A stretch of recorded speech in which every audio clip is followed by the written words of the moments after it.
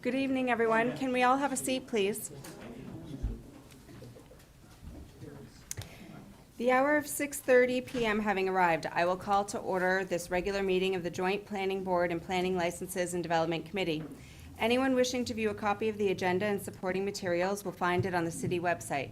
If you are in our audience tonight, you may access the agenda from any mobile device. Copies of the printed agenda are available in the wall pocket just as you entered the meeting room. To receive electronic copies of future agenda packets, please go to the home page and subscribe to the city meetings email list. The public and other board members will be recognized to ask questions and make comments on the agenda items under discussion.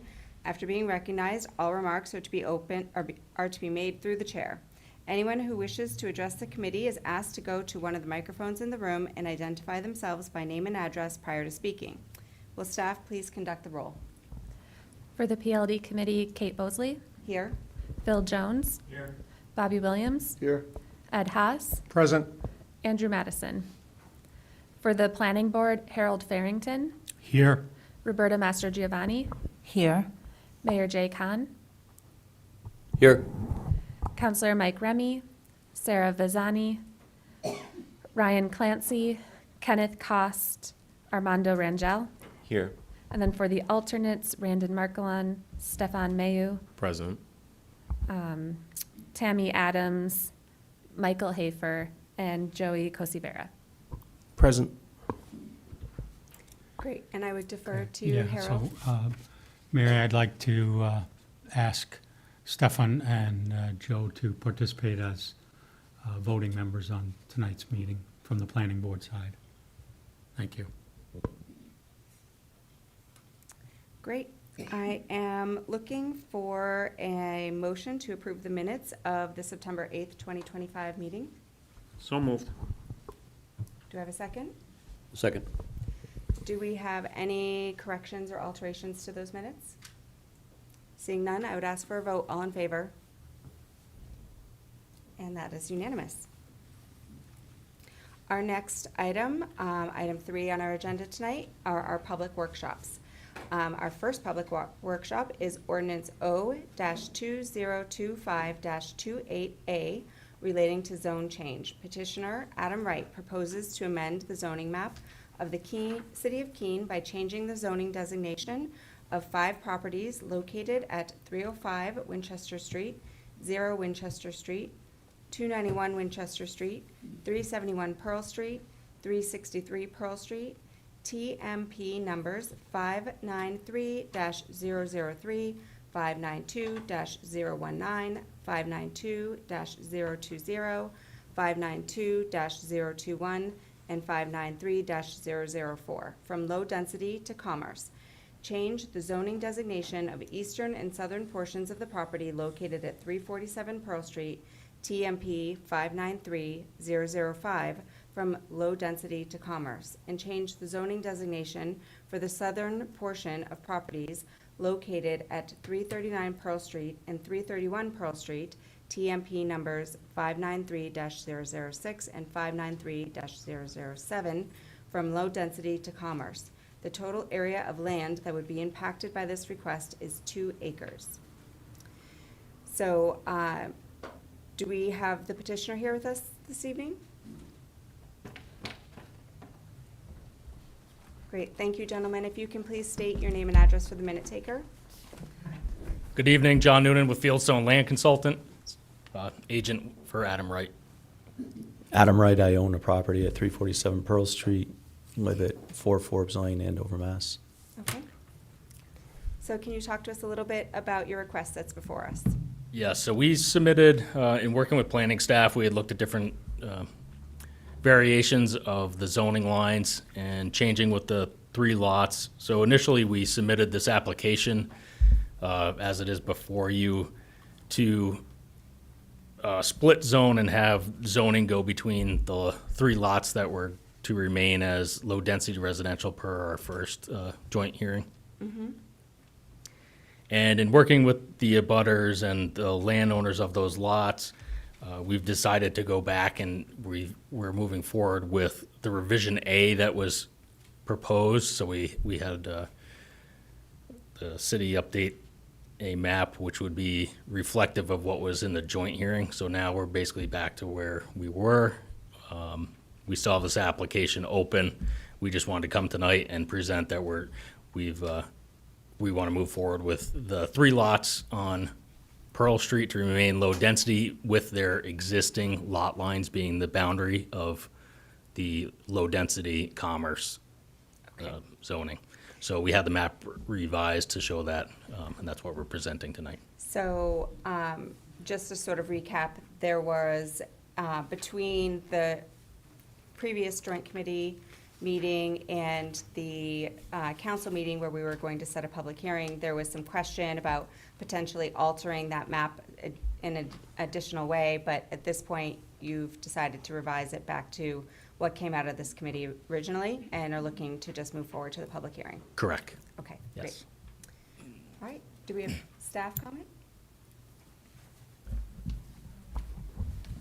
Yes, thank you, Madam Chair. I have Megan Fortson, planner, with me this evening, but I think that was a good summary that you just gave of the situation. Really, the only thing that's changed between last time and this time is that the master plan was adopted. So because this was sent back to the public workshop phase, and you're holding basically a new public workshop on this same ordinance, we provided a staff's report that Megan will be going through, and you'll notice it uses the new master plan. So it is a new vote tonight that we're asking you to take with regards to the consistency with the 2025 master plan. And then again, PLD will be voting on setting a public hearing, which is required by state statute. Okay, great, thank you. Thank you, Madam Chair. This is Megan Fortson, planner. So as Marie mentioned, I think adequate background of what's being proposed and what has happened has already been provided. So just to go through the components related to the updated master plan. So our updated in our updated future land use map, the areas of Keene are a little bit less defined than they were on the previous land use map. Things were like very clearly identified, different areas. With our updated master plan, the goal was for things to be a little bit more flexible, allow for a little bit more interpretation by city council, planning board members. And so the area proposed to be rezoned in the updated map is shown as a transition area between a well-established downtown adjacent neighborhood, obviously often referred to as the Italian neighborhood historically, and is also an area designated as corridor-oriented commerce on the future land use map. The area is also located near the Ashwellet River, which provides an important north-south wildlife corridor through Keene. The downtown character area description includes a mix of historic downtown neighborhoods that provide missing middle housing types. So that can be duplexes, triplexes, townhomes, and other house-scale housing types, and is described as highly walkable and multimodal. On the other hand, you have the corridor-oriented commerce character area, say that 5 times fast, which serves more as a mixed-use regional magnet for higher intensity multifamily housing, more chain regional hubs, automobile-oriented transportation, workforce opportunities, while still offering multimodal transportation such as public transit, biking, walking. So the A version of this ordinance, which you had proposed previously and decided to move forward with at last month's public workshop, would add a little strip of commercially zoned parcels along Pearl Street adjacent to the roundabout in that area, and then it would add a long strip of commerce adjacent to where McDonald's is, so directly to the north of that area. Moving on to the master plan goals, instead of having a focus area, which is what the previous master plan had, it had several vision focus areas. The updated master plan has 6 strategic pillars. Those are related to livable housing, thriving economy, connected mobility, vibrant neighborhoods, adaptable workforce, and flourishing environment. We felt that the goals most relevant to this map amendment included boosting infill development and redevelopment, which is a goal under the livable housing pillar, and then attracting and growing Keene's businesses of all scales, which is a goal under the thriving economy pillar. And then various goals under our Vibrant Neighborhood pillar, which has the overall aim of supporting vibrant community neighborhoods that reflect their unique identity. So again, the proposal now involves the conversion of 5 existing parcels along their existing boundary lines to be converted from a low-density zoning designation to a commerce designation. The low-density district allows for the creation of the missing middle housing that we're hoping to see through things like cottage court developments, whereas again, something changed to a commerce designation is going to allow for a greater variety of commercial uses, some of which are intense, including retail, offices, things of that sort. The Pearl Street neighborhood is very interesting in that if you actually look at the density of development in those little side streets and the little neighborhoods, there's a lot of single-family homes, but there's also a lot of 2- and 3-family homes. But if you look at the architecture, the whole neighborhood really has a very cohesive fabric. So I think that that's something that the board needs to consider when making this rezoning change, whether or not you want to continue to allow that type of development along the Pearl Street neighborhood, and if that should extend all the way to the Winchester Street roundabout and even down Winchester Street to the south a little bit, or if this area is to serve more as sort of a transition between the traditional neighborhood layout and the more intense commercial area to the south and to the southeast. So there's, I guess the biggest takeaway is that balance of maintaining traditional neighborhoods, whereas potentially allowing for more commercial development and expansion of the commercial area. So that's my analysis. I'm happy to answer any questions about the proposals, compliance with the master plan goals or the future land use map. Great, thank you for that. Thank you. So I know we do have a couple of planning board members that I don't believe were with us at our last meeting. Is that correct, Harold? We're- So I do want to give you guys my synopsis. We had originally seen a proposal that, if you're looking at your map, included an additional 4 parcels, I believe. 3, yeah. 3. 3 parcels that were adjacent to this commercial space.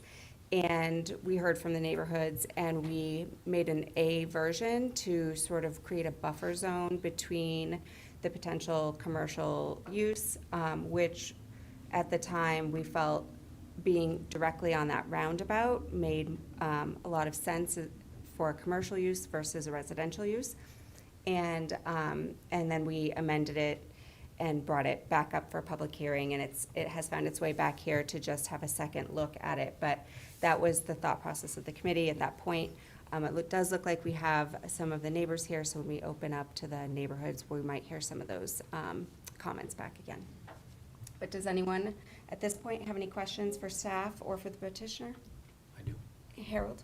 Yeah, forgive me if I'm understanding incorrectly, but I see the proposal on page 17, and that's understandable, and that was what Mr. Noonan articulated. The narrative in the agenda packet still includes changes to the other 3? Okay, if you could clarify that for us. Yeah, so at the time that the public workshop was noticed, that was still the proposal, and then following so the notice had to go out 14 days before this tonight.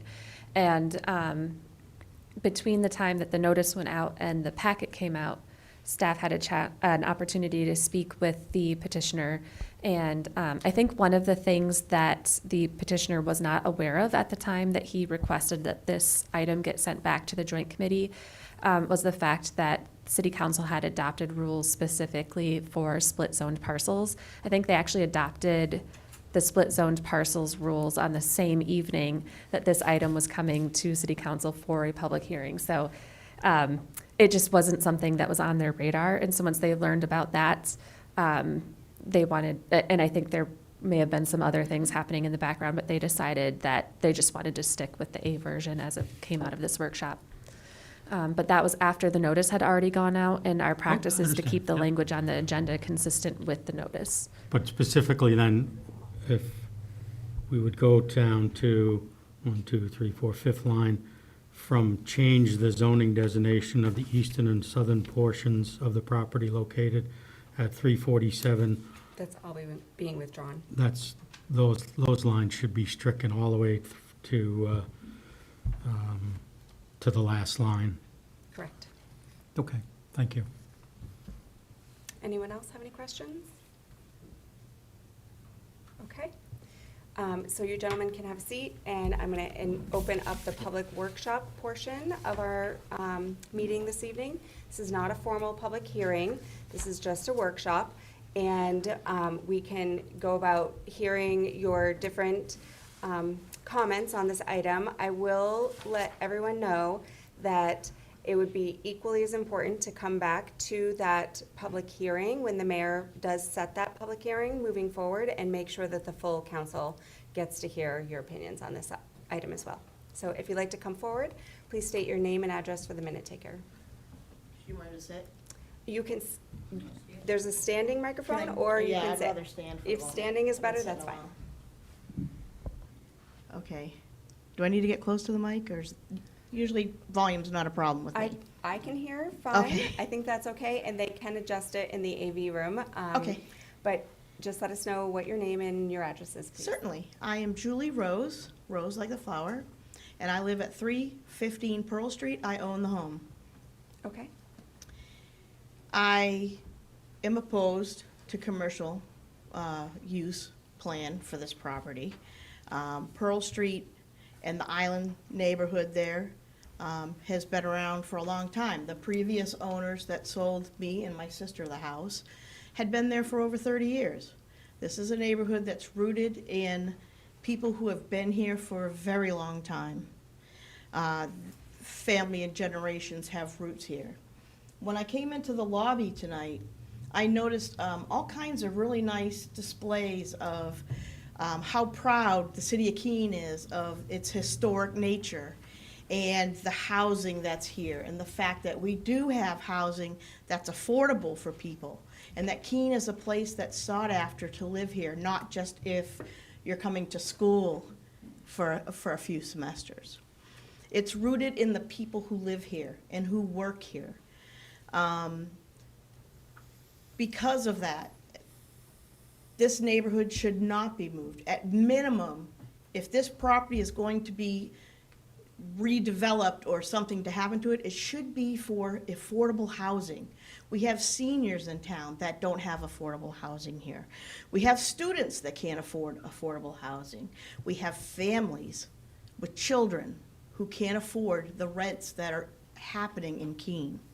And aside from that, with respect to businesses and developing businesses on Winchester, there's a ton of places that can have commercial, I'm sure a commercial zoned further down Winchester. We have vacant businesses. We have the Japanese Steakhouse. There's vacant businesses and businesses that aren't even developed down off Key Road.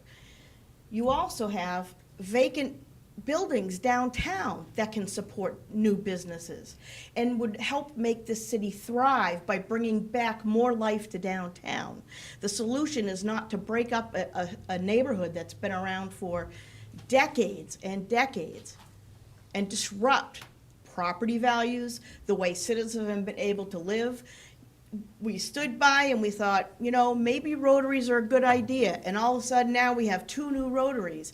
But just because a new rotary is in, doesn't mean that should court new business. In fact, I believe it's going to be a nightmare. Because ever since they've been working on Island Street with the bridge and the things that are going on there, we still have construction there.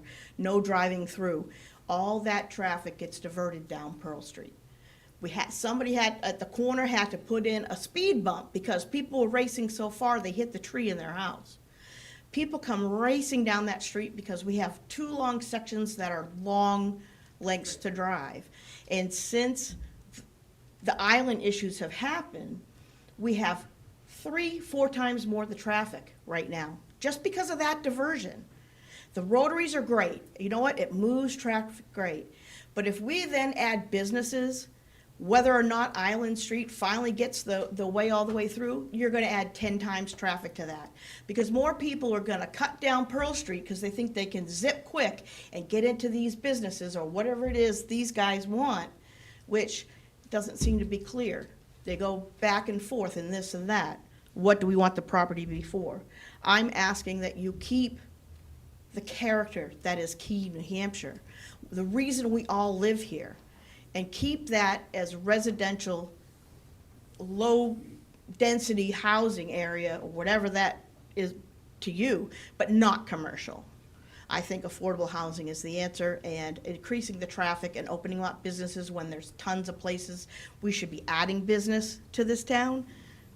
I think the better route is to keep this as the character and the neighborhood that it's been for years and years.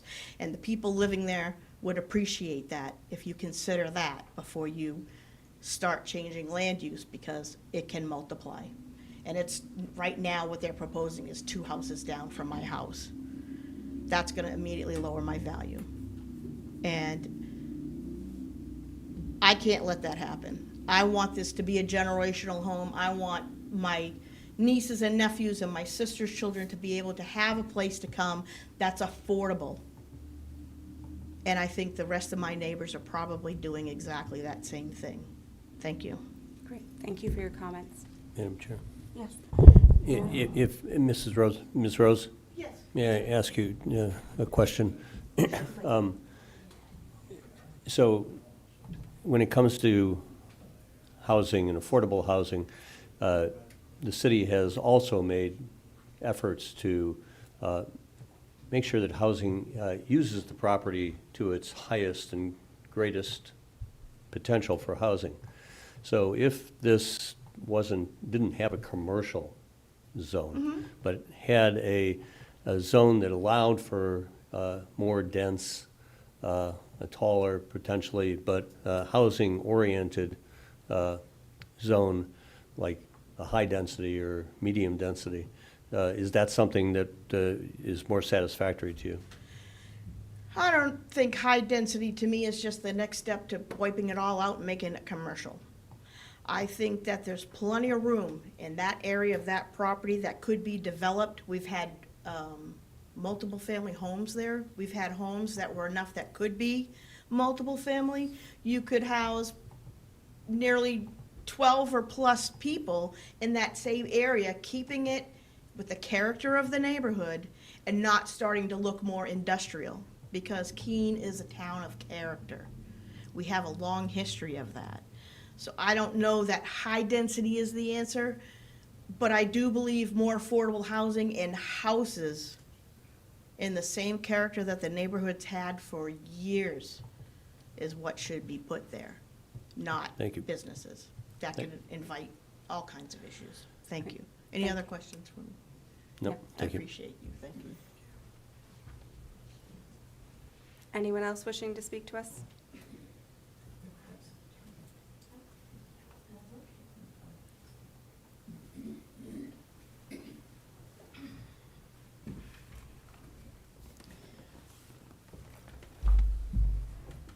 Hello, my name's Lori Whippy, and I live and own 352 Pearl Street. So if you're going based off the map for this proposal, my property is directly across the street from this. So I am very much opposed to this change from low density to commercial for numerous reasons. So I will actually quickly go through my list of reasons, because they are numerous. One would be my home is backed right up to the river. So my property is literally on the outside of a bend in the Ishwillet. And I already have some erosion to my property and undercutting of my bank due to high river water and fast-moving water. So it's actually taking out some of my bank, and I've actually had a couple trees fall. So that goes into, also because of the river, my house has already flooded twice. And I've lived in this property for about 6 years. So twice in 6 years is not great. So if this were to be developed into a commercial space, and I was here at the last workshop for this proposal, where they said that there's really no telling if you rezone it to commercial, anything that is zoned for commercial use could be put there. So, like, there's no, you could say, okay, maybe we're considering like housing to go here that's like maybe a little higher density, or like they could put a 5-story hotel there. Like, that would mean a lot of parking lots. So would businesses. They would mean a lot of blacktop for people to be able to patronize these businesses. We already have a problem with water being able to go someplace. If we pave over a lot of that grassy area where we have drainage, it's going to create a lot more potential risk for flooding. The other part of that is that when you have runoff, it will go pretty much directly into the river, and that is a potential for polluting the water supply in the Ishweelit and all of the environmental problems that come along with that. I am looking into groups to be able to speak more on that because they have more expertise than I do. It also makes me wonder if there's been any studies done on this area and, like the floodplain and what that would look like if we were to pave a good portion of that area. And I will tell you that when we do get heavy rains or several days of rain, it does oftentimes bring that water right up to the top of that bank, where it normally likes to sit about 10 feet lower. So that's a pretty large surge of water. So my second point here is pollution, so kind of running off of that. Noise pollution is already kind of an issue for McDonald's. People are there late into the night doing all sorts of stuff. Young people will meet there with their friends and be loud and rev their cars and yell. They also will sometimes potentially deal drugs there. That's not really something that me or my neighbors would like right on our doorstep. I certainly do not want it across the street from me. The other thing that would bring would be large trucks making deliveries, potentially. We already have an issue with large vehicles because of the ongoing construction on Island Street. It shakes our houses. So there's no telling what potential structural damage is being done currently, and if we constantly have large vehicles, it literally will knock things off the wall or shelves. It's pretty substantial, the vibration that we're getting. Especially those of us that are closer to where that's kind of happening, like myself. And then, light pollution would be another one. So we already get pretty good light pollution from the sign of McDonald's. I like to say, as I sit on my 3-season porch, it faces that way. I face my demons every day because I'm staring directly at the Golden Arches. In this late spring, summer, early fall, I have foliage from those other lots that are covering that. So it kind of diminishes it a bit. But if this area were to be developed, that would potentially take away any of that foliage. And then a potential for illuminated signs being closer, also headlights from cars in parking lots. Because if you zone this commercially, you can't necessarily dictate the hours that they are open. So I might have headlights shining directly into my home at 2 a.m. I already kind of get that in the winter from McDonald's. The other thing is that if you're bringing businesses closer, that brings dumpsters, and say one of the uses is restaurant, that's bringing food waste closer to our neighborhood in large kind of industrial commercial quantities. That brings things like skunks, which we already kind of have roaming around. It attracts skunks. It attracts things like black bears and raccoons. I have 2 dogs. I do not love it when they get skunked. And I don't necessarily want to entice skunks to come closer. And then we also mentioned last time the smells that could be potentially brought in from the food and grease.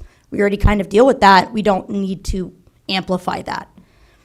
Talking about public safety, parking lots of businesses, like fast food businesses that already exist, bring the potential for people to loiter late into the night, as I said. It also brings the potential for increased crime. As we've seen, we've had 2 shootings in the past year, both within parking lots. One right at Walmart, and then another one very recently at the bank. So that's within a mile of us. Don't necessarily love the idea of that being right next to me either. The traffic is already a nightmare, as one of my neighbors has already stated. I do think the roundabout that was put in Winchester Street and Pearl Street, Island Street intersection is too small for 2 lanes. And what happens is when someone is in the inside lane, they don't necessarily know to go to the outside lane if they're trying to continue on to Winchester Street. If you're trying to come out to go into Pearl Street, sometimes, or sorry, it's the other way around. They're trying to stay on the outside lane and they're going all the way around. If you're trying to, like me, coming home through that roundabout and you're trying to exit off onto Pearl Street, you have the traffic incoming from Island Street, and you also have the traffic that kind of has been going along with you. So you have trouble getting out of the roundabout. The other thing is coming into it the other way. There's a huge blind spot if you're coming out on Pearl Street because of the existing house that's there. You can't really see past it, so you do have to actually come to a full stop at that roundabout instead of yielding. Otherwise, you could get completely creamed by a car. And I often ride a motorcycle as well, and it's extremely dangerous for motorcyclists. There's also a school bus stop right next to that entrance and exit on Pearl Street. So now you're also adding children getting on and off of a bus on a blind corner, basically, where people are kind of driving like, maniacs. They really rip through there. They could definitely hit a child. And then the speed was mentioned. So we really are not set up for increased traffic that a business would bring in that area. We already have several traffic issues. I think adding commercial zones and businesses there is going to be a catastrophic nightmare to those of us who live. We're basically trapped on our street half the time.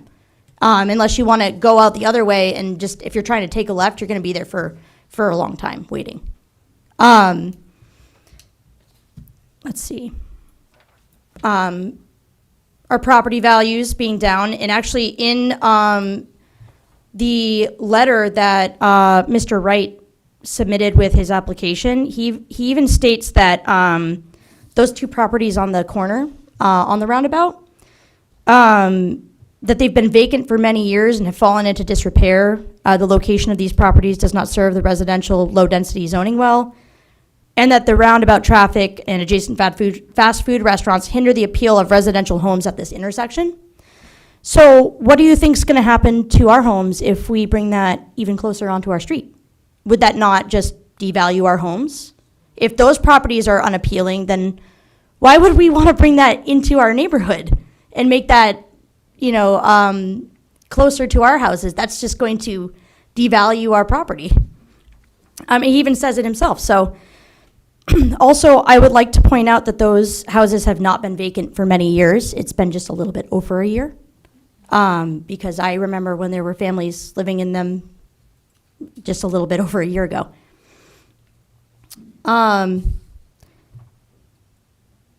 Like my neighbors said, we do already have a lot of vacant properties in commercially zoned areas that could easily support a business.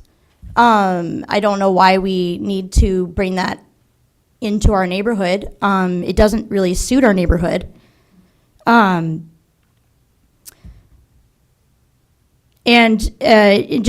Just personally for myself, I have solar panels on my house, and I would really, really not appreciate a tall building being built across the street from me where I get most of my sun, because that's what I use for electricity. It covers my entire electricity usage. If you shade out my solar panels, now I am paying for solar panels that don't produce energy and will also have to pay an electric bill. So that is putting a large burden financially on me for those numerous reasons. And I purchased my house intending to live in it in a reasonably quiet and peaceful neighborhood and not feel like I'm pressed up against a bunch of businesses like I live in a big city. That's the reason I don't live in a big city. My husband is also retiring from the military after 20 years of service in the Army in about 4 years. The last thing that he needs is to come home to his nice, beautiful house that he could be living in peacefully and have all of this turmoil around him. So those are my numerous points, just to touch on them. Thank you for listening, and that's all I got. Great. Well, thank you for your comments. Do we have anyone else who wishes to speak to us tonight? I'll be very quick. My name is Shauna Stack Davis. We live at 323 Pearl Street, which is very close to the proposed changes. In fact, we are the house right in back of McDonald's. So I can attest to, we used to have, when we bought the house 17 years ago, we used to have a lot more privacy spring, summer, and fall before the leaves, until this past year when a lot of the trees got cut down. So we currently deal with a lot of high volume of noises at night, criminal activity, when fence panels get, plowed down by cars, there's drug deals behind the fence we've witnessed. We don't need more of that in the neighborhood, especially right here. If that gets expanded, it takes away a lot more privacy, can increase crime, traffic. I have some apprehension about a business being put right there on Winchester Street as well, because that's right where the roundabout comes out. And as it is, there's always a lot of accidents right now. So I see an increase of how will customers pull into said businesses if they're built. That's all. Great. Thank you. Do we have anyone else?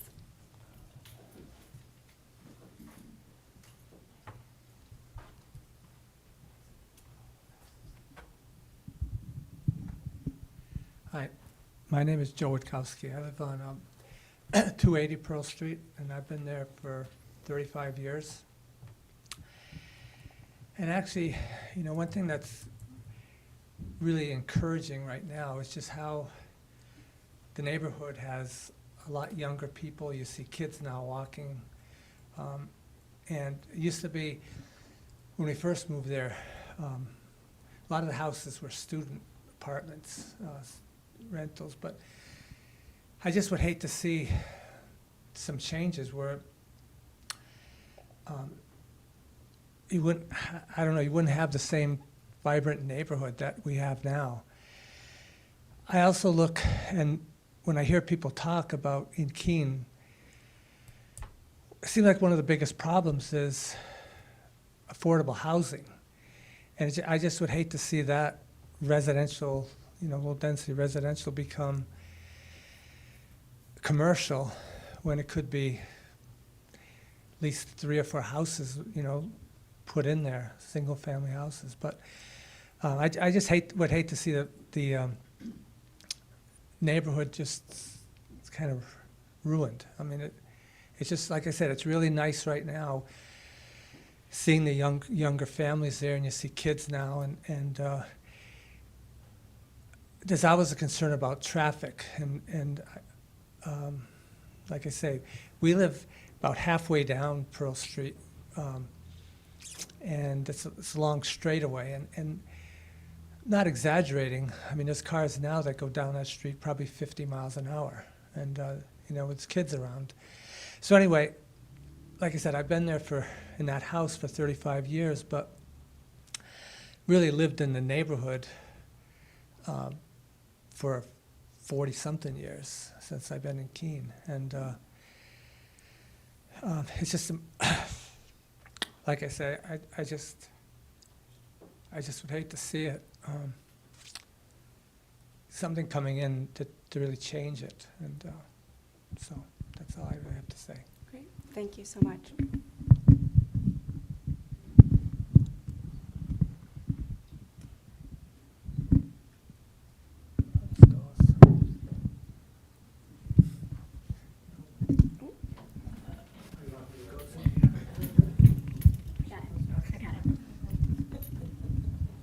There we go.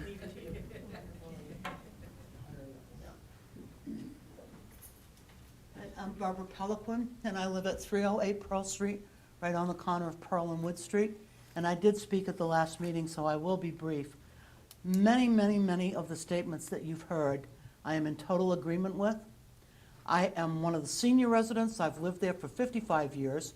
And I'm a senior resident because I grew up over on Cobb Street, right off of Island Street. So I'm just on the opposite side of the river of where I grew up, in a neighborhood that has been nourished by 3 generations.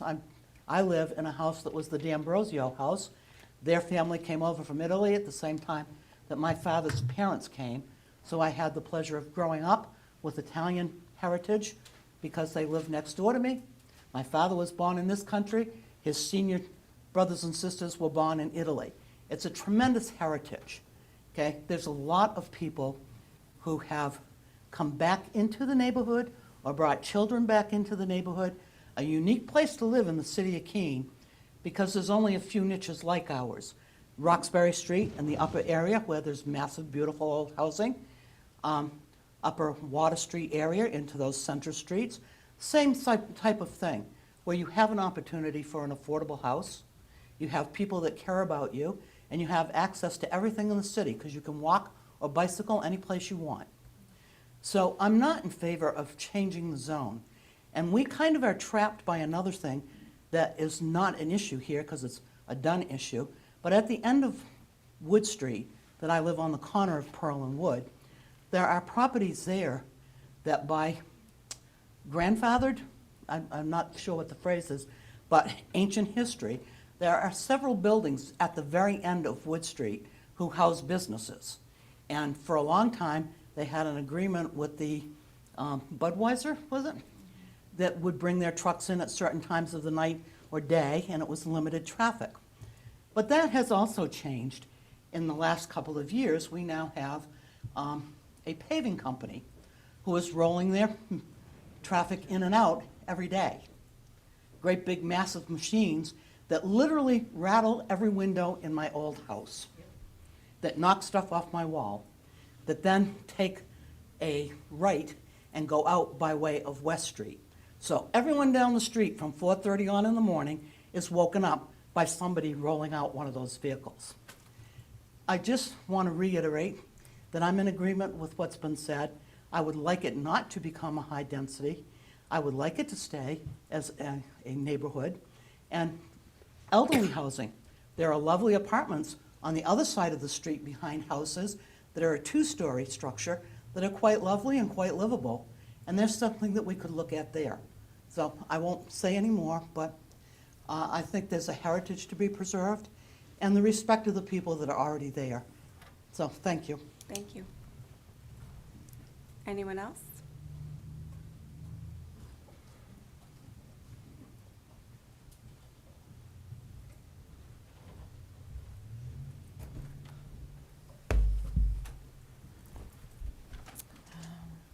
Are we on? Is this?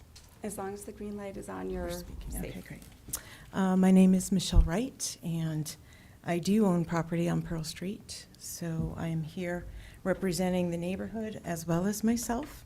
I did write a little something, but I just wanted to touch on a couple things that some of the neighbors have brought up. Lori specifically talking about the river and the flooding. I know both my parents have had to deal with that as well. Before I actually showed up tonight. I've pulled and spoke with a couple people regarding the flood zones in the area. The river itself, right on Island Street, is an actual floodway. So anything in that particular area is actually it is mandatory flood insurance for that area. Some of these houses, of which these neighbors are living in, are in mandatory flood zones where they will actually require to purchase flood insurance. The FEMA maps, which I had printed out a couple here, unfortunately I didn't get to put them in your packets for tonight, but they're showing 500-year flood zones. They also have flood zones that are very specific called A and E, and that means that those specific areas actually flood more often now than the 500-year flood zones. I myself am a realtor. This is something that I have to check on when I am working with my clients who are buying property, because we want to make sure where the properties are, if it's in a safe zone, because some people do live on a budget, and having to afford flood insurance, it's a very expensive cost for people purchasing houses. It can be anywhere from $5,000 or up. So some of these areas are actually changing. The floodway is definitely mandatory. The zone A and E, which is right around Keene State parking lot, and it kind of goes across the street a little bit. Lori's property is definitely along the river and involved in that floodway and is definitely in a flood zone. My parents' house is just borderlining that, but they've suffered severe flooding, 2 feet of water in their basement. And I will say that none of these people received help from FEMA when they had to go through this.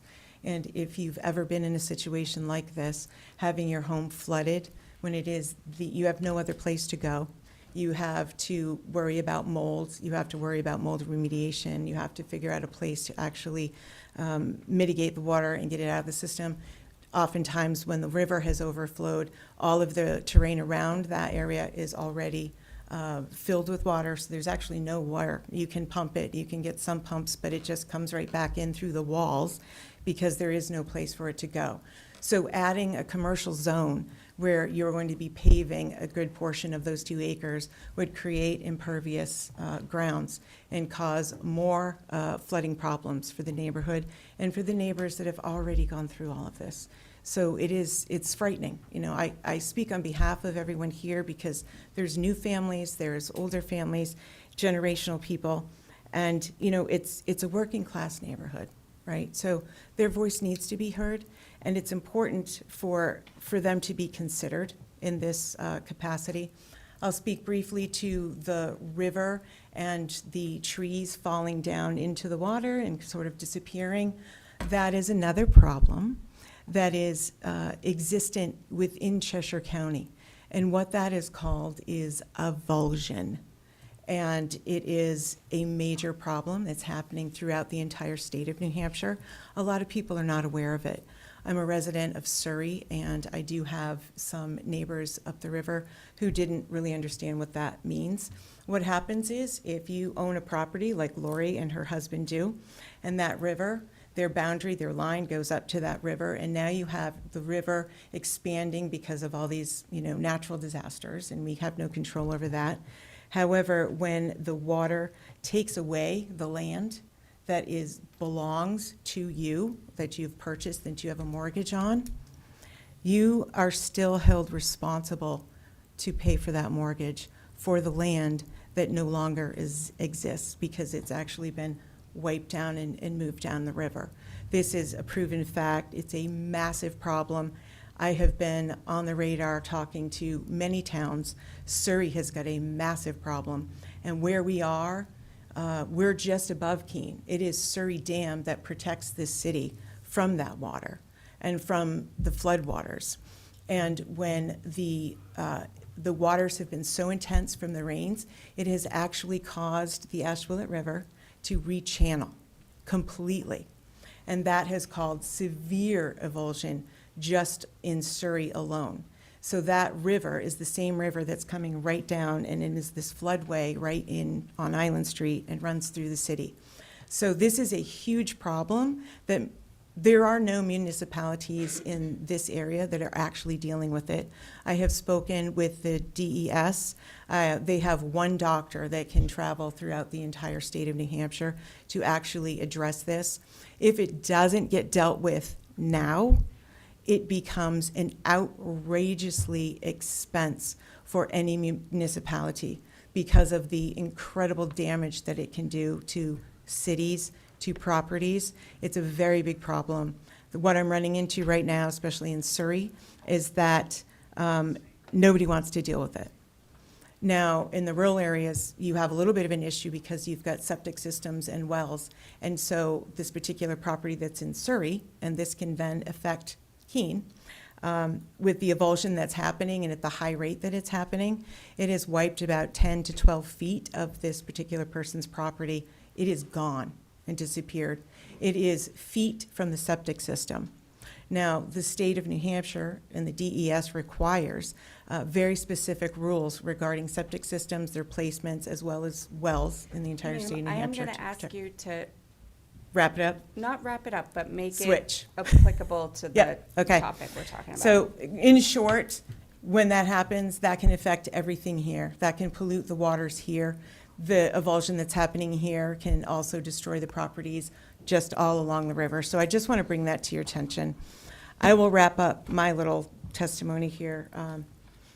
Just basically, I am an owner of Pearl Street. I'm a voice for the community that's built its life, its memories, and its hopes on the small stretch of ground that we call home right here in Keene. We're here because a petition's been made, and the petition to change the zoning of Pearl Street from low density to residential to commerce.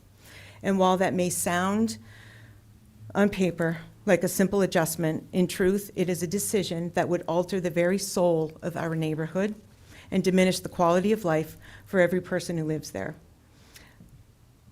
Let us be clear that this change would not bring progress, it would bring loss. The loss of peace, of safety, of property value, of stability, and of simple dignity that comes from living in a place that feels like home. Right now, Pearl Street is one of the few remaining pockets of the community, which is diversity in our city. It is home to young families just beginning their lives, to renters striving for a foothold in Keene's housing market, and to elders who have lived there for 50 to 60 years, who have seen the neighborhood through storms, both literal and economic, and who have kept it alive with care and love.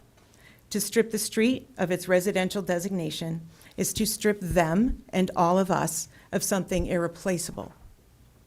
Let us remember zoning is not just about land use, it is about values. It's a declaration of what we as a city believe should endure. If we invite commercial development onto Pearl Street, we do more than change a map. We change lives. We remove the buffer that has long protected residents from the noise, traffic, light pollution, and congestion that already choke the neighborhood. The traffic alone is cause for concern, as many of you know, with the failed intersection of Pearl Street and West Street. We create more impervious ground in an area where several homes already suffer from regular flooding that damages not only property but spirit. We increase financial hardship for homeowners who have already borne the weight of years of neglect from others. And we set a chilling message to those who call this place home, that progress means displacement, that business outweighs belonging, that our master plan promise to provide housing and protect neighborhood integrity is just words on paper. But Keene's better than that. This is a city that's prided itself on balance, on thoughtful growth that serves both people and progress. The residents of Pearl Street are not opposing development. We're calling for responsible renewal. Instead of commercial conversion, let us build 2 or 3 single-family homes. Let us clean up what has been neglected, and let us invest in the people who already invest in this city every single day. We want to see our neighborhood thrive, not just survive. I ask you tonight, as leaders, as neighbors, as stewards of Keene's future, to see beyond the zoning map and look into the faces of all of those whose lives this decision will shape. See the children walking to school, see the elders tending their gardens, See the families who still believe that Keene is a city that values its people over its parking lots. Let us seek the right answer. And the right answer tonight, the just, the moral, the human answer, is to protect Pearl Street, preserve its character, honor its residents, and let progress mean prosperity for everyone, not just a few. Thank you. Great, thank you. Is there anyone else who wants to comment tonight? All right, seeing none, I'm going to close the public workshop portion, and we're going to have some conversation here as a committee. I do want to reiterate that this is not the committee that decides yes or no on this ordinance. That will be the full city council, and that will happen after the public hearing. So this is, there will be some decisions that we can talk about tonight, but they will not be to kill this ordinance at this point. That's not within our perspective. That'll be something that the council will take up after the public hearing. So I do want you guys to hold on to your comments and make sure that you let the full council know how you feel. And we have already heard this proposal from Mr. Wright, and we have already reduced the amount of land that he was requesting to something that we thought a month ago was reasonable to put before the council to see what their decision was made on it. Do we have any questions at this point from the committee about whether or not we want to send this on for a public hearing? Lots of hands. Counselor Haas, you were first. Yeah, thank you, Madam Chair. Well, this is such a great example of the challenge we face where we have commercial neighborhoods butting up against existing residential neighborhoods. And it's a difficult problem to solve, to preserve and protect, yet to allow for development, to attract development, as to find people, developers who will invest in these properties. And I'm not signaling anything here. I'm just observing that this is not just a challenge here. This is something that's faced throughout the city wherever we have residential abutting commercial. And that's the particularly difficult one where a low-density residential abuts commercial. So we'll be working on this, and I hope we can find good solutions. Thank you. Thank you. Counselor Williams? Hi. I voted for this a month ago. Today I'm having some reservations, specifically about the large parcel on Pearl Street. The ones that are facing Winchester Street, I think there's a good case for rezoning. I'm not sure if commercial rezoning is the answer or something more like limited commercial, like we have elsewhere in the city that, allows for smaller businesses like doctor's offices, lawyers' offices, but not large-scale commercial. I think I'd be much more comfortable seeing something like that. As far as that one big lot on Pearl Street, I really think that should be a residential lot. I think there's space to get 3 or 4, good houses on there, and I think that would be the highest and best use of it. I think making it commercial would have a negative impact on what really is a lovely neighborhood, and I wouldn't want to see that. Great. Counselor Jones? Thank you very much. Just a few short things. First of all, I did talk to the petitioner about this when we talked. There was talk about flooding, and I am concerned about impervious surface. We're going to lose a lot of pervious surface in a part of the city where, right behind Lori Wibby's house, is where the river makes that bend, and there's 2 sides to each river. There's the cut and the bank, and unfortunately, she's on the cut side. The part that gets cut every time more water comes down. She could eventually lose her yard there because she is on the cut side. And I have concerns about losing impervious surface in that area I've helped some of those neighbors go down and bail out their basements down there when they called asking for help. And I'd hate to see more pervious surface go in there and have that water doesn't go away, it goes somewhere else. And unfortunately, it's gonna go towards the residential area. If you look at the history of zoning petitions on that street, you'll see like 8 or 9 years ago, there was a request for a change. It was somebody represented by Mr. Jim Fippert at the time. The zoning change would have impact on a neighborhood, and it was denied by the city council because the north end of Pearl Street, where it meets West Street, is considered a failed intersection. And there has been no change to that intersection since then. So there would still be an impact on that intersection. So I think that's another good reason why we shouldn't have this change. We went through a reevaluation a number of years ago. We have another one coming up next year. For the first time in my history, the value of commercial property went down while residential went up. And we can see it around town. There's a lot of empty commercial areas, which is why their value is going down.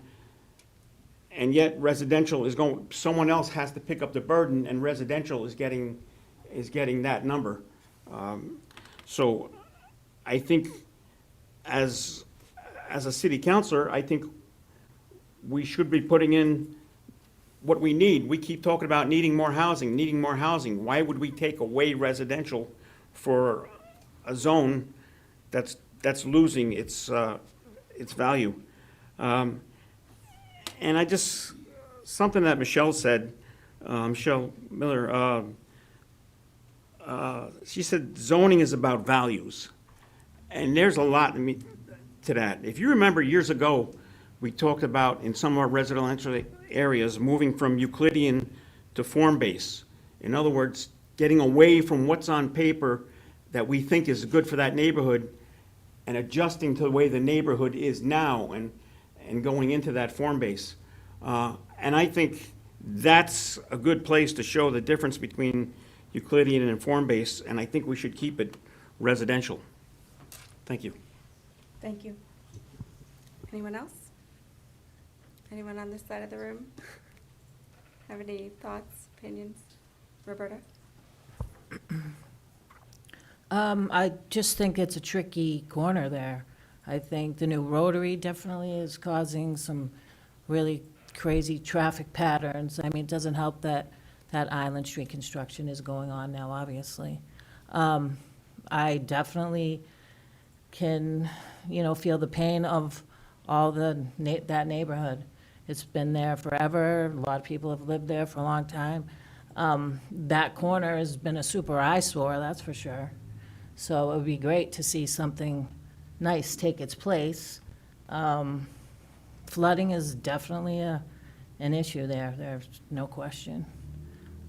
So I just think we have to be really careful about how we approach it, because it's just a very sensitive area. So I would tend not to change the zoning. I don't think every time a developer comes in and wants to change a zoning to suit their needs, I think we have to be careful about those kind of things. We've looked at Marlborough Street recently to change zoning for a developer, and there's just a lot of residential mix there, so I think we need to be sensitive to that.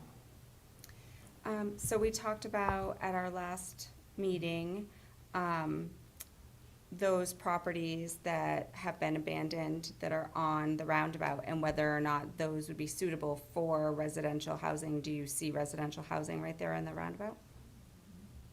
I think even for residential housing, we do have to be careful, because as we're stating, there's some work we need to do to make sure that the chance of flooding, whatever the case may be, that whatever is put there, it doesn't increase flooding for the neighborhood that's already there.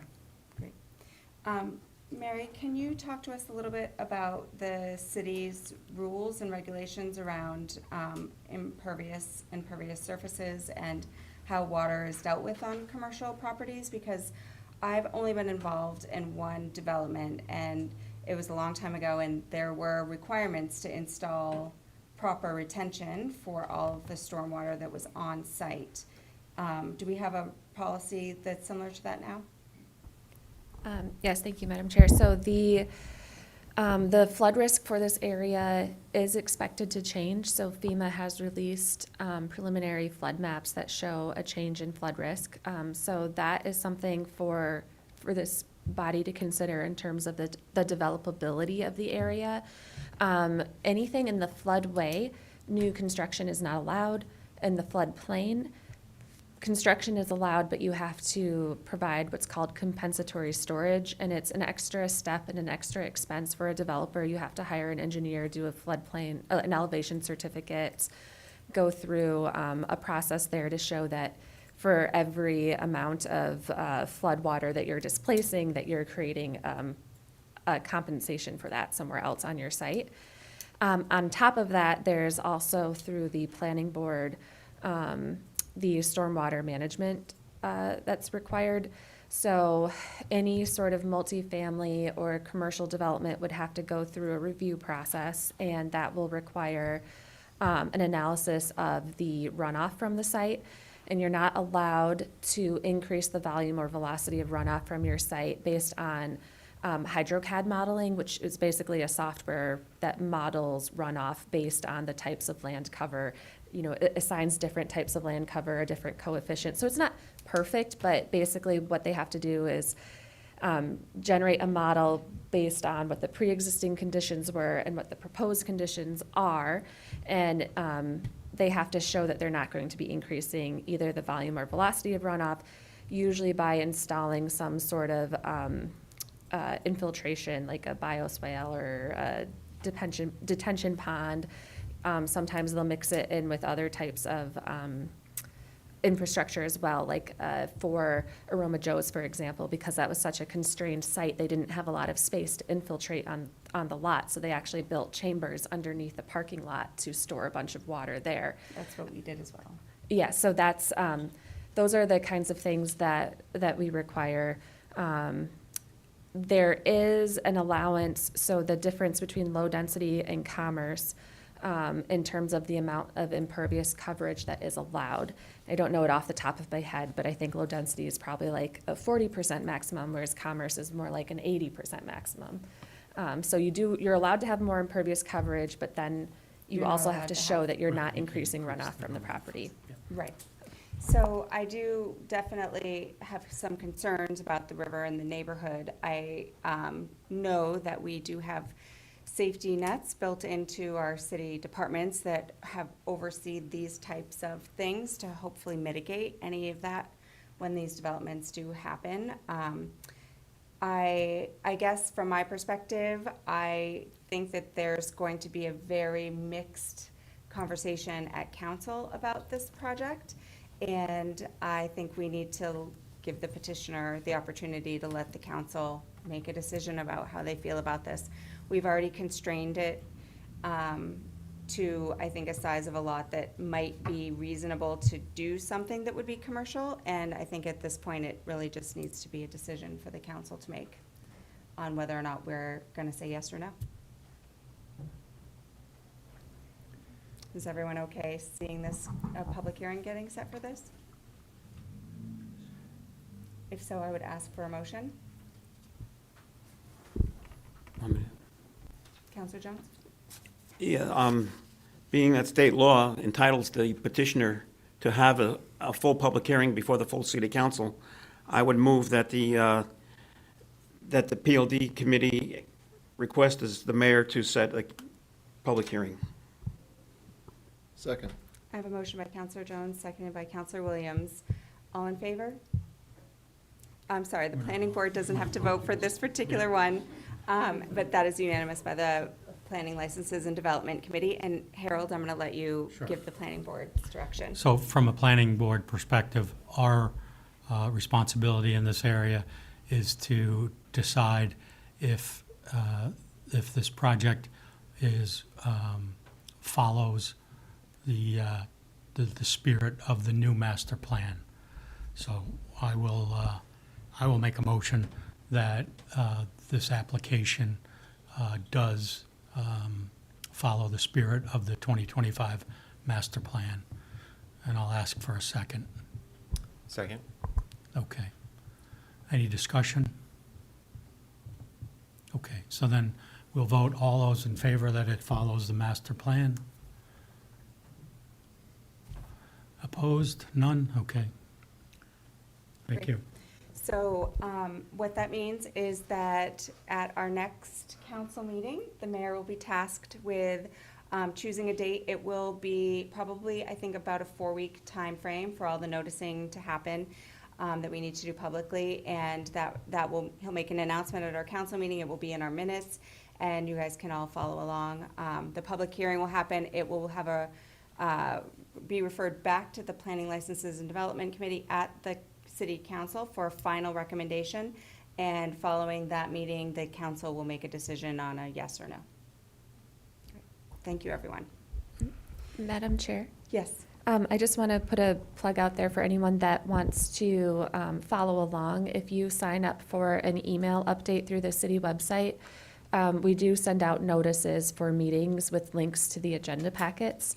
And then after this item is concluded, you can always unsubscribe so that you don't get continuous emails. They are actually really great to get, I will say. Even if you're not following along, you find out a lot of things that are happening in the city, and you even get water main break updates. You get a lot of interesting things that are important to know that you never thought you needed to know. But I am going to move right into our second ordinance this evening, which is item 3B, ordinance O-2025-34, relating to zoning change. Petitioner, City of Keene Public Works Department, proposes to amend the zoning map of the City of Keene by changing the zoning designation for a portion of the property located at 62 Maple Ave, TMP number 227-006-000, from industrial park to medium density. The total area of land that would be impacted by this request is 1.3 acres. And I don't believe we have anyone here from Public Works to meet with us this evening, but we will have the community development staff.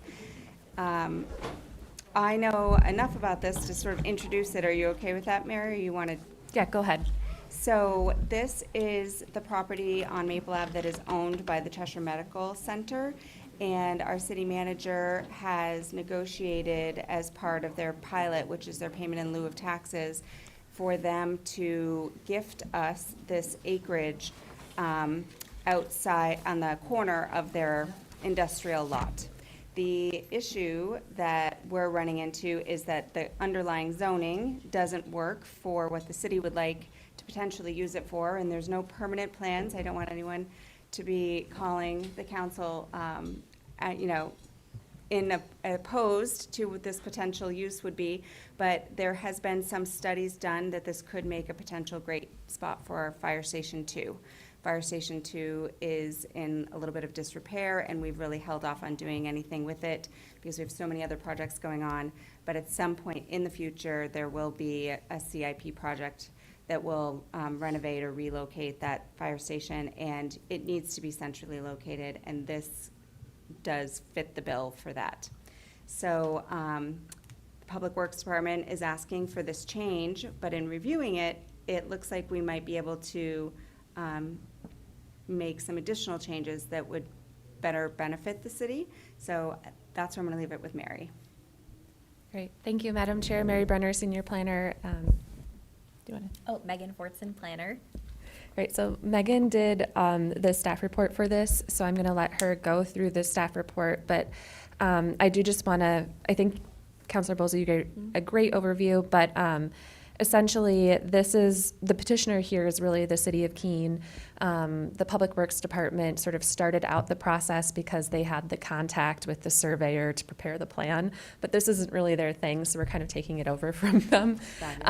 And they had originally proposed just rezoning that one portion of the lot so that it would be subdividable, so that there could be a clean transfer of land. because the minimum lot size in the industrial park district is greater than an acre. So they wouldn't have been able to legally subdivide off an acre in that district. So that was sort of like the impetus for the rezoning. It was really just trying to get to that end goal of getting that acre transferred to the city. But then in looking at this area, the industrial park zone here, there's not a single parcel of land in that zone that is actually a use that would be allowed in industrial park. There's not a single use. So there's 6 parcels of land now. A couple of them are big, but 2 of them are vacant and across Route 12 where they're pretty inaccessible and immediately adjacent to a low-density area. And then the rest of the parcels are, I think it's a church and 2 single-family, or 2 churches and 2 single-families. So if everyone is looking at their packet, I think page 25 of the packet is probably the best visual that gives you an idea of the land and the juxtaposition of where it is. Yeah, so it's just, Right, the purple area is the one we're talking about. Yep. yeah, the purple. And you can see it's adjacent to residential on 3 sides. And when we actually looked at the uses, all of the uses would be allowed in the medium density district or the low density district, which it's immediately adjacent to. And so for everything that's like basically, what is this, Route 12 here and Maple Avenue, so everything that's on the corner between Route 12 and Maple Avenue, we're proposing be rezoned as medium density, so it would create a contiguous block of medium density zoned land area.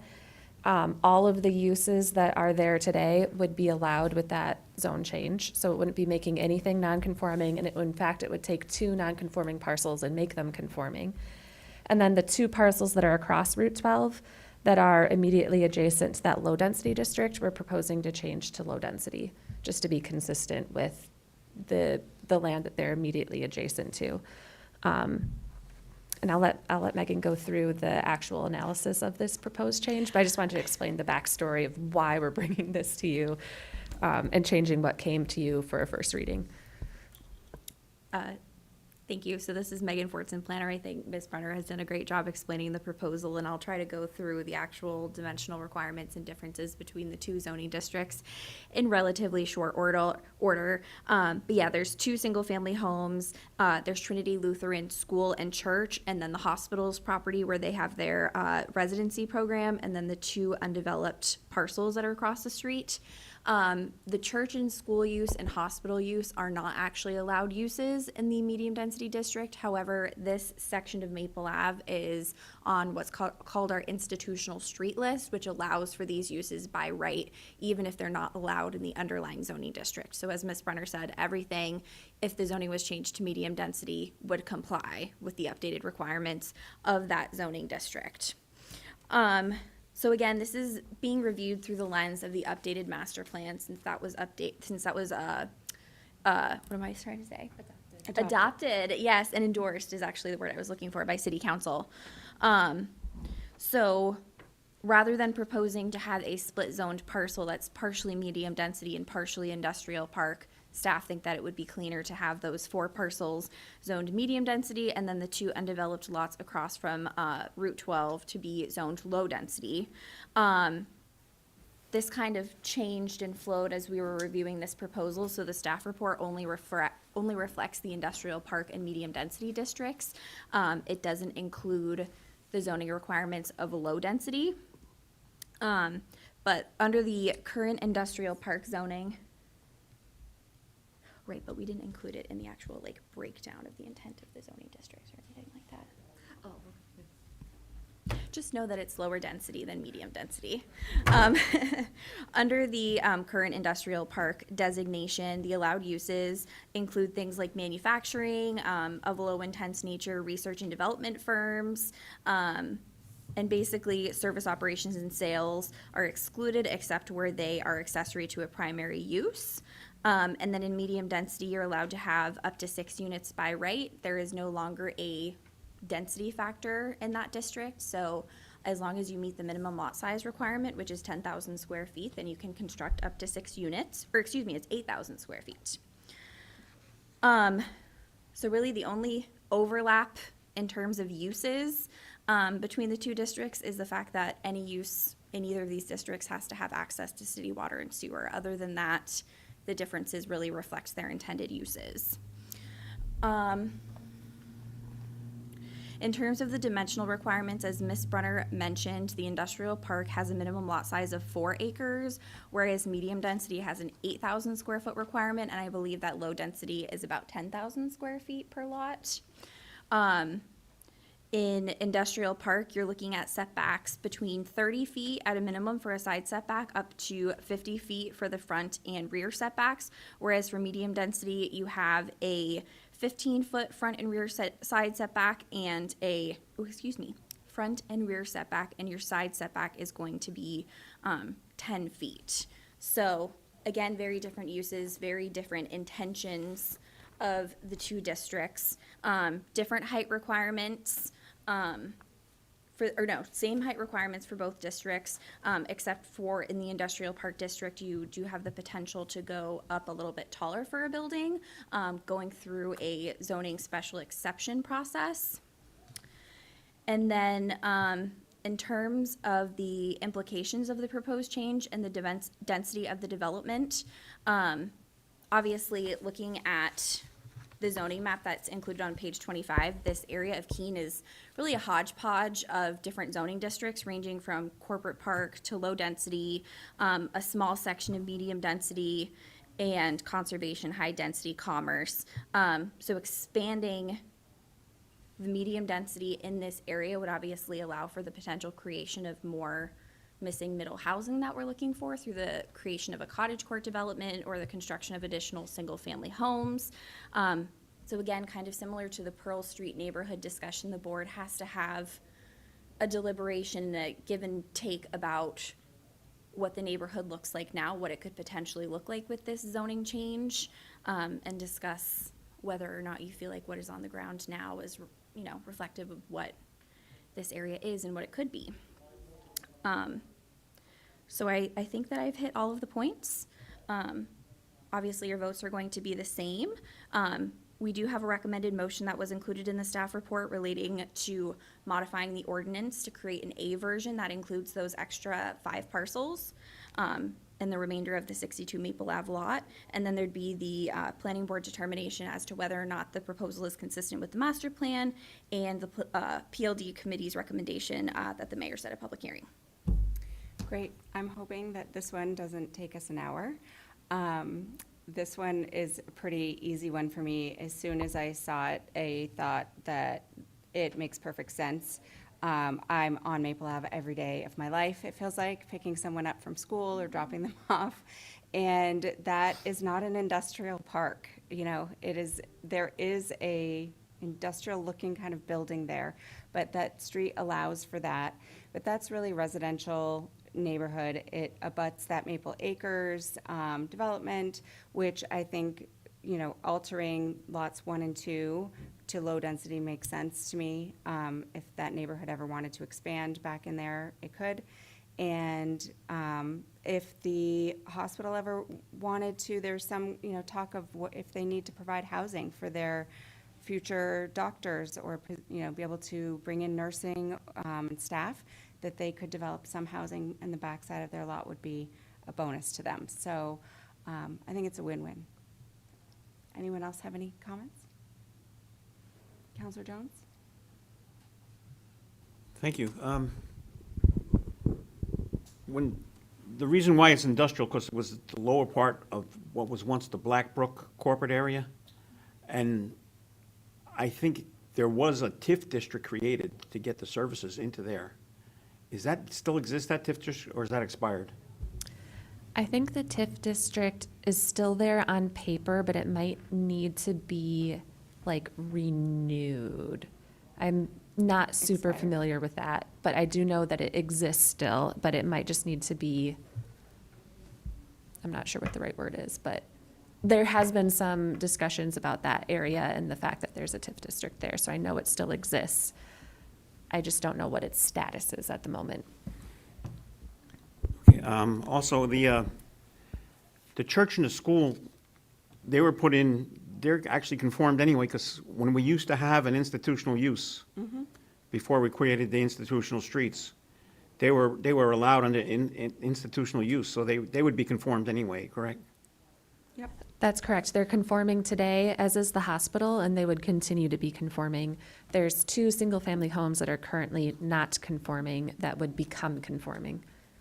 And Counselor Jones, it does do a funny thing and gets rid of that little tiny spot zone of medium density, which I know you're against. I know, and I live 2 blocks from there too, so.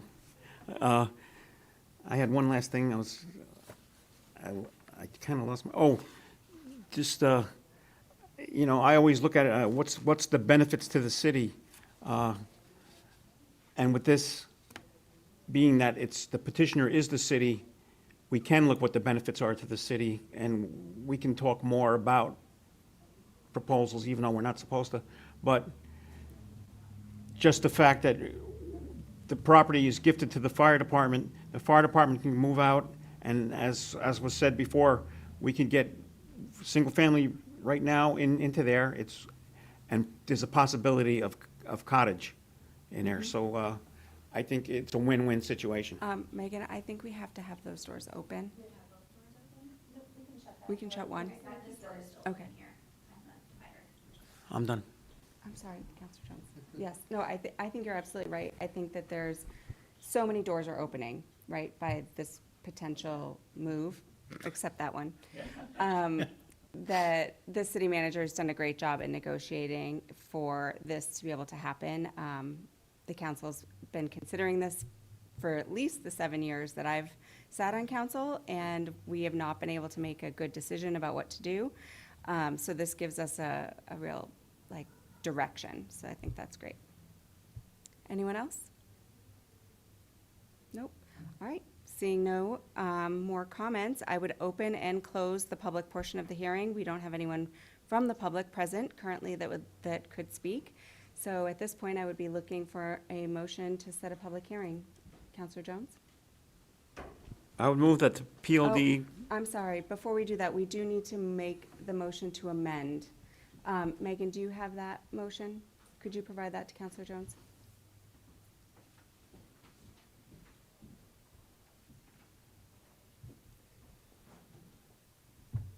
Originally, they were just looking to rezone the 1.24 acres, but now we would be grabbing all of that additional industrial park. So we do need to amend this to an A version before we can make a motion to have a public hearing. you ready? I would move to modify ordinance 2025-34 by changing the zoning designation of the 4 parcels located at 62, 84, 90, and 100 Maple Avenue from industrial park to medium density, and to change the zoning designation of the 2 parcels located at 0 off Route 12, tax map 513, lots 1 and 2, from industrial park to low density. Do we have a second? Second. Motion by Counselor Jones, seconded by Counselor Williams. This is a motion that we will all vote on. Does anyone have any questions? Seeing none, I would ask for a vote. All in favor? And so that is unanimous. And now I'd be looking for PLD to offer a motion for the public hearing. Thank you, Madam Chair. I would move that the PLD recommend that the mayor set a public hearing for this ordinance. Second. A motion by Counselor Thank you. Jones, seconded by Counselor Williams. All in favor? And that is unanimous. Harold? Okay, thank you, Madam Chair. I would like to motion to find the proposed ordinance 0-2025-34A consistent with the 2025 Comprehensive Master Plan. Second. Thank you, Armando. Any discussion? All right, let's call the vote. All those in favor? Any opposed? Motion is unanimously passed. Wonderful. Item 4 tonight, we have 2 items that we have up for discussion. Our first one is item A, the potential modifications to the site plan review thresholds. And I believe that staff is just going to give us an update on what some of the changes that the planning board is going to be considering. Could you give us a brief overview, Mary? Yes. Thank you, Madam Chair. So the planning board has been discussing for the past few months, I think we started this discussion around July, potentially making changes to these site plan review thresholds. And so what these are they're thresholds at which a project meets sort of like once they reach a certain level of impact, they have to go up to the planning board for review. There's a level below that, which is review by the Minor Project Review Committee, which is a group of staff. So the minor site plan is reviewed by the staff during the day, but it's still a noticed public hearing with abutter notices sent out, posted notice in the paper, all of that. And then the lowest level is what we call administrative review, which is where basically staff just reviews the proposal to make sure that it's consistent with the site development standards. So again, 3 tiers of review. Planning board is the highest level with the major site plan review. Minor project review committee is sort of the mid-tier, and then at the bottom is administrative. So there were a few things that prompted these discussions about the thresholds. The first one is that the Minor Project Review Committee was sort of a new thing that the city tried with the Land Development Code. And it's been somewhat successful for a few projects, but mostly projects are falling either into the administrative category or the major site plan category, and we're not seeing very many things go to the Minor Project Review Committee, which is making it challenging to make sure that committee runs smoothly. So for example, I don't think we've had a single project this past year. So so we feel like the thresholds aren't necessarily set correctly. Like we want to try and adjust them a little bit to hopefully create more opportunity for people to be able to go through this path that was created that was meant to help streamline and make things a little bit more efficient. And so that's one of the reasons. Can we discuss what the thresholds were? Sure, yeah. So I don't have them in front of me, but I can pull them up really quick. But basically, yeah, actually, no, I do have them in front of me. So right now, the threshold for major site plan review, so to go to the planning board, is constructing a new principal building or a new principal structure that's greater than 5,000 square feet in gross floor area. That used to be 1,000 square feet, and then we raised it to 5,000.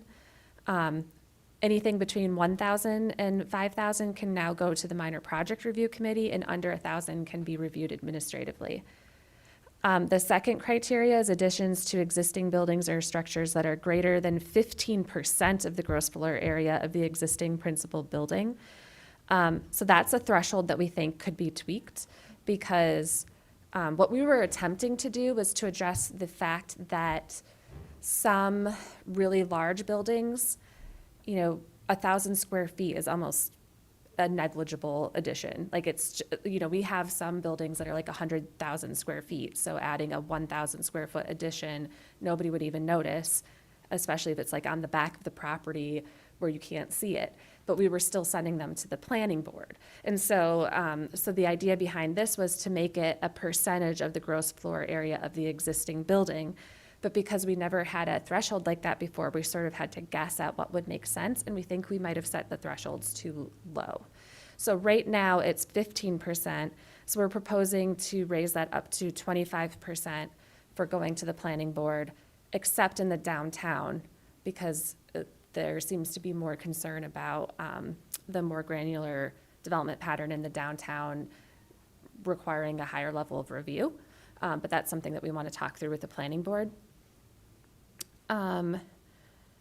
Then, sorry, I started getting into the proposed changes instead of what it is today. But today it's 15% of the gross floor area for a new addition.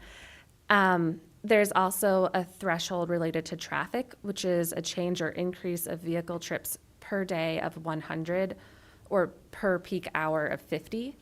So basically, if the change in use or the expansion of the use is going to create a net increase of 100 per day or 50 in an hour, that's considered to be a peak hour, they would have to go to the planning board. Installation of impervious surfaces such as pavement or gravel that exceeds 10,000 square feet in contiguous area. Land disturbance that impacts an acre or greater of land area. And then there's a couple of catch-alls. So one says modifications to the site or building, such as lighting, landscaping, facade alteration, et cetera, which at the discretion of the community development director or their designee warrants major site plan review. And then the last one is change of use, which at the discretion of the community development director or their designee warrants major site plan review. Such determination shall be based on evaluation of the impacts of the proposed use on both the subject parcel and the surrounding neighborhood. So are you proposing to do away with the minor site plan review board altogether and send all of those things back to the planning board? No, so what we're proposing is to modify the thresholds and raise them a little bit for planning board. We're trying to basically increase the range of projects that could go to the minor project review committee. Because, so we're gonna keep the threshold, the minimum threshold where it is, or that's what we're proposing, but then raise it for the minor project review committee so that more projects could go through that process, because a major goal of our land development code was to try and make the development review process more streamlined and a little bit more efficient and easier for everyone to understand, while maintaining, you know, our regulations and making sure that we're still doing a thorough job reviewing the projects.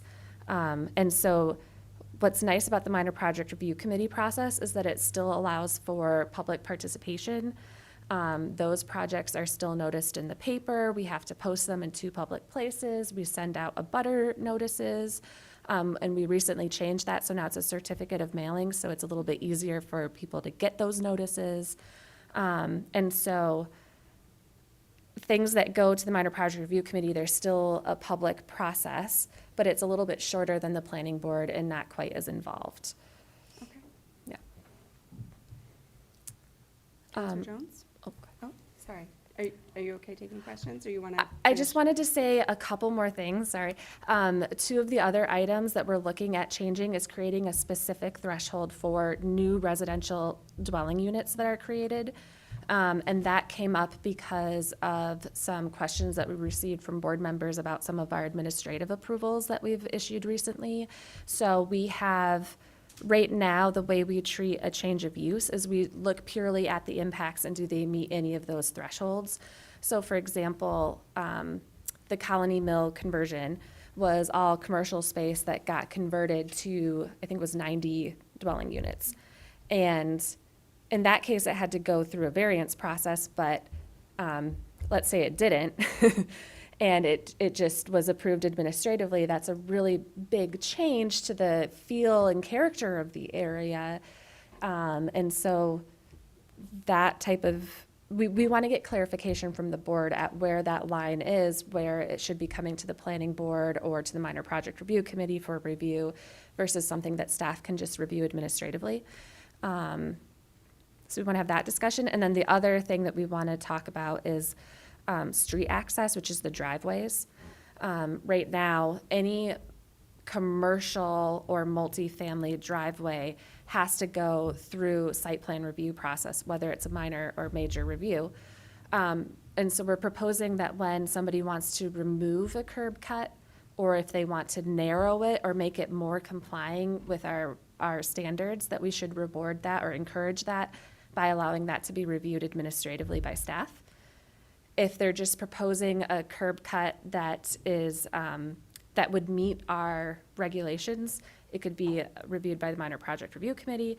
And then if they want an exception, it has to go to the planning board. So just kind of like trying to build in an incentive structure in the review level for what we want to see. Okay. So I would like to point out that these are the planning board's guidelines. These are not guidelines that the council gets to vote on or weigh in on. Is that correct? Yes.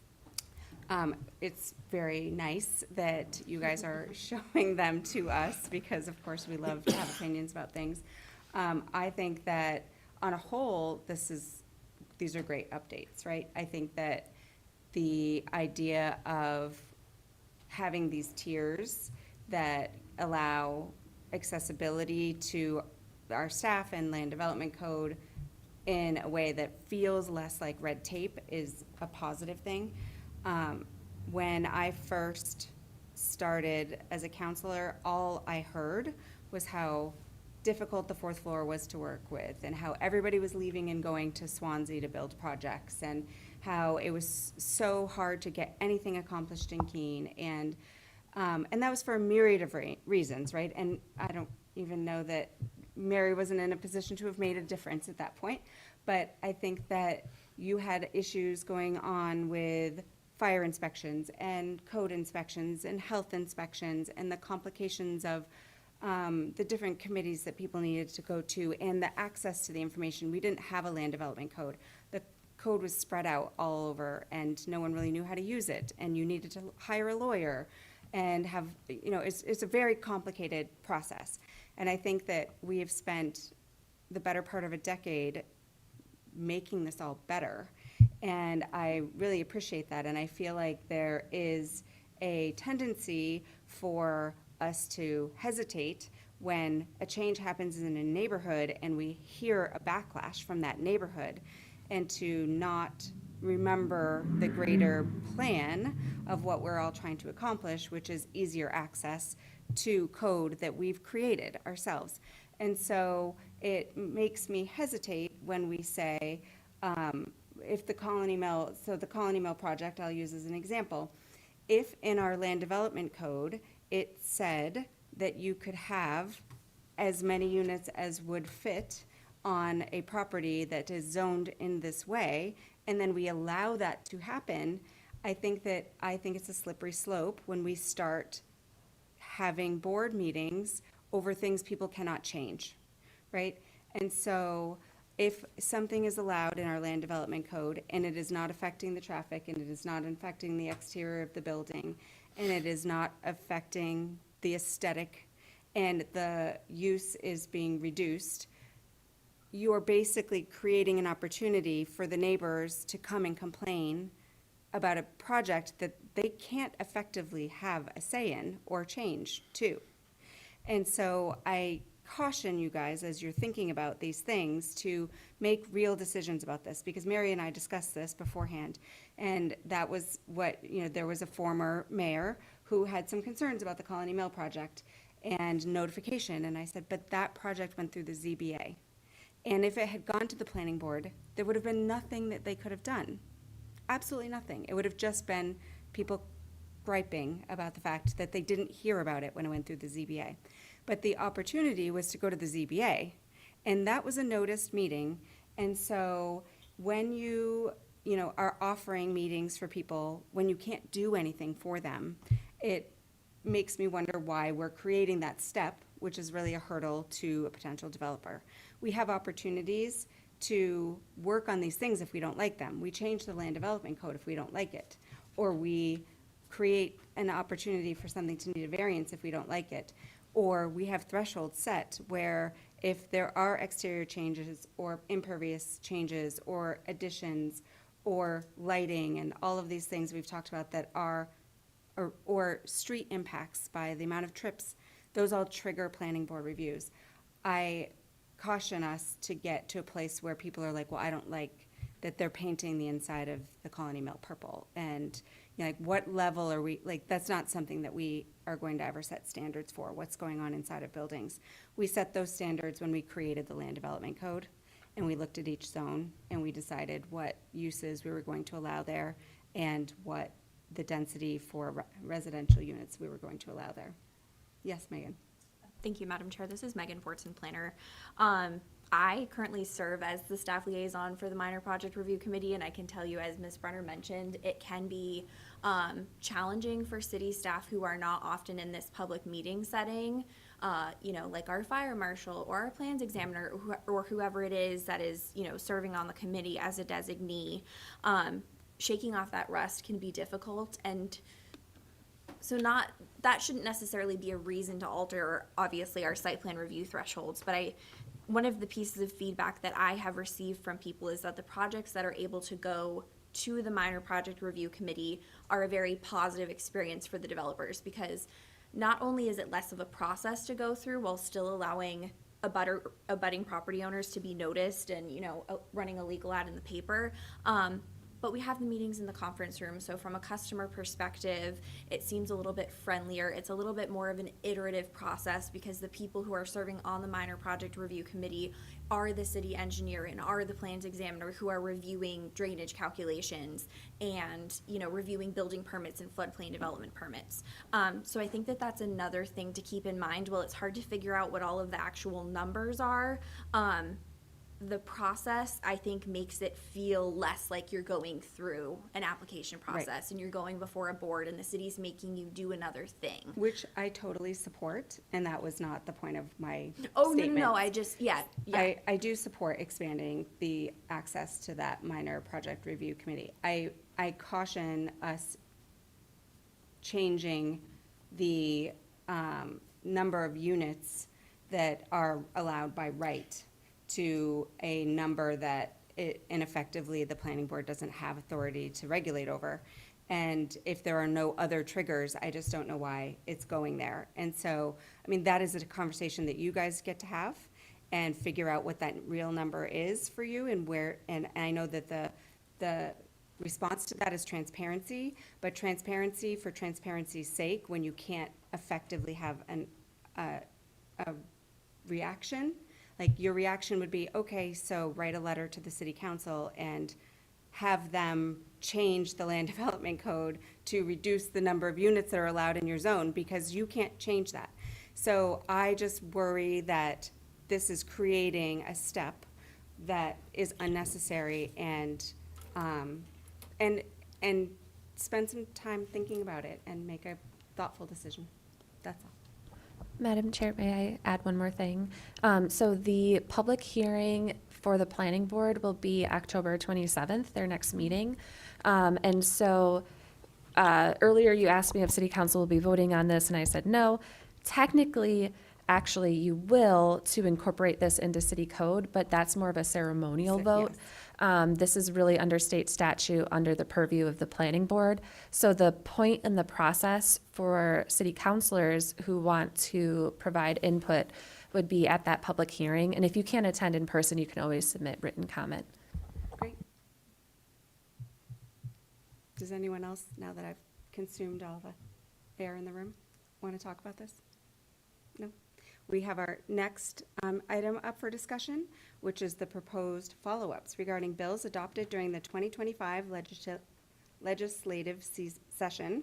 Wow. I haven't slept since yesterday, just for purposes of full disclosure. I got on a plane at 10 o'clock last night. Proposed follow-ups regarding bills adopted during the 2025 legislative session, including HB 413, relative to subdivision regulations on the completion of improvements and regulations of building permits effective 7/1/2025, HB 577, relative to modifying the definition of ADUs effective 7/1/2025, and HB 457, relative to zoning restrictions on dwelling units effective 9/13/2025. Thank you, Madam Chair. So this is, so staff wanted to bring this up with the board because there's a few changes that will need to be addressed that have actually already gone into effect. So our code is currently in violation of a few things that was recently passed in state by the state legislature, so we just need to update those. A couple of them are more like housekeeping items. So we have, staff always jokes, we have this running list of all these different changes to the land development code. And so we have a list of items that we believe are relatively minor in nature and kind of are like maybe one level above a Scrivener's error, where we don't feel like it's just a misspelling of a word that we can correct. We actually need to go through a process to change it, but it's a pretty minor change. And so what we're going to be proposing is a like an ordinance that includes a bunch of different cleanup items all packaged together. And then what we can do is bring that to you, and then at the public workshop phase, go through those items one by one and just confirm with you all that you kind of agree with our initial assessment that these are cleanup items. So 2 of these we're proposing to include in that cleanup ordinance. One of them is the change to ADUs. So the only real thing that we needed to change in our code in order to comply with the changes at the state level is the requirement for an interior door for an attached ADU. Prior to this, state law required us to require a door between the ADU and the main building if it was attached. And they got rid of that requirement, and now they say you can't require it, which is actually a good thing from some perspectives, because having a door between 2 separate dwelling units is actually counter to what we want to see from a life safety perspective and fire protection and separation. So we're happy about that change, but it does mean we have to make strike one of our requirements in the code. The other one is related to the something called active and substantial development and substantial completion, which is related to the planning board's regulations. Basically, these are thresholds for when after a developer gets an approval for a project, they have a certain amount of time to start the project, and then they have a certain amount of time to substantially complete the project.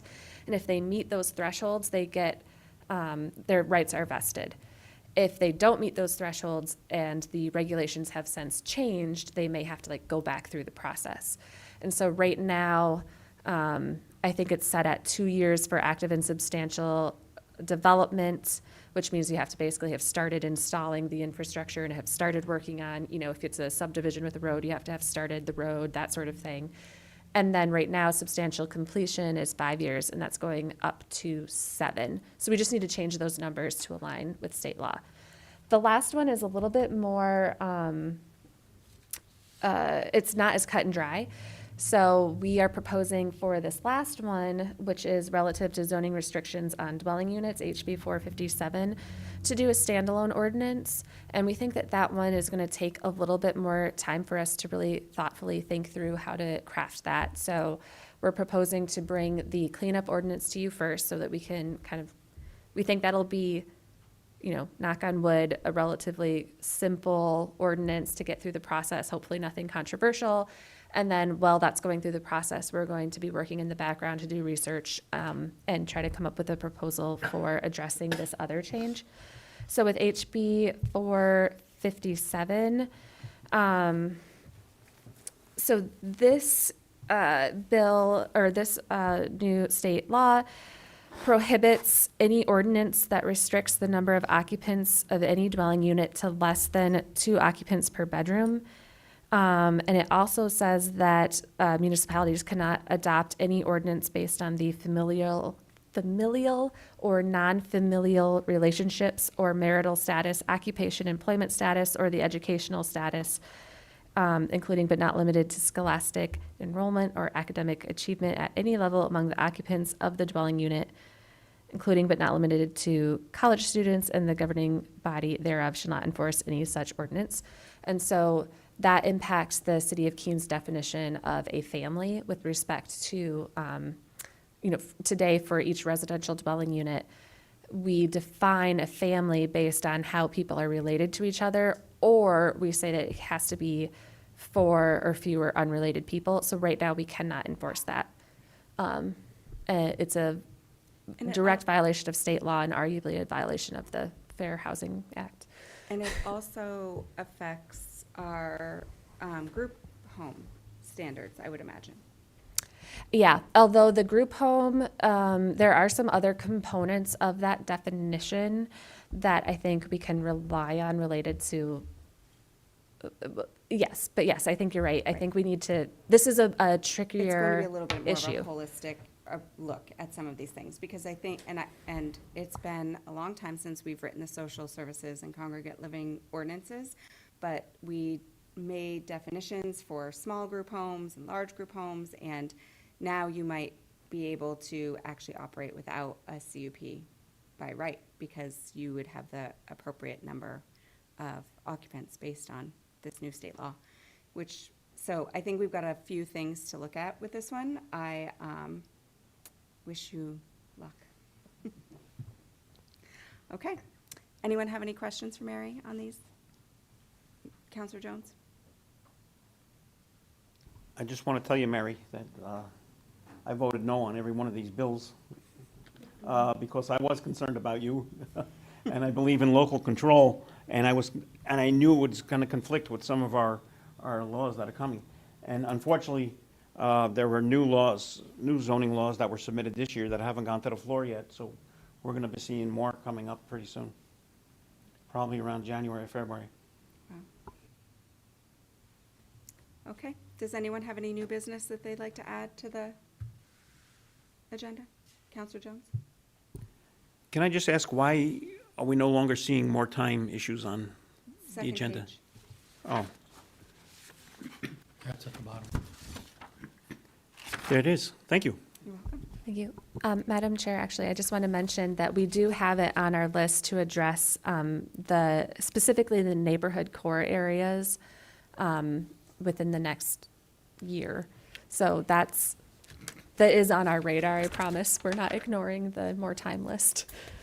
I think we all fully understand with the laws changing and the petitions that we have seen that staff is definitely, you have your hands full. And so you chip away at the more time list when you can. All right, yes, Counselor Jones. Just to tell staff, two of those things on the more time list came from me, and I just want you to know they're not time sensitive at all. That's correct. All right, ladies and gentlemen, our next meeting will be November 10th, 2025, and it's 8:27, and this meeting is adjourned.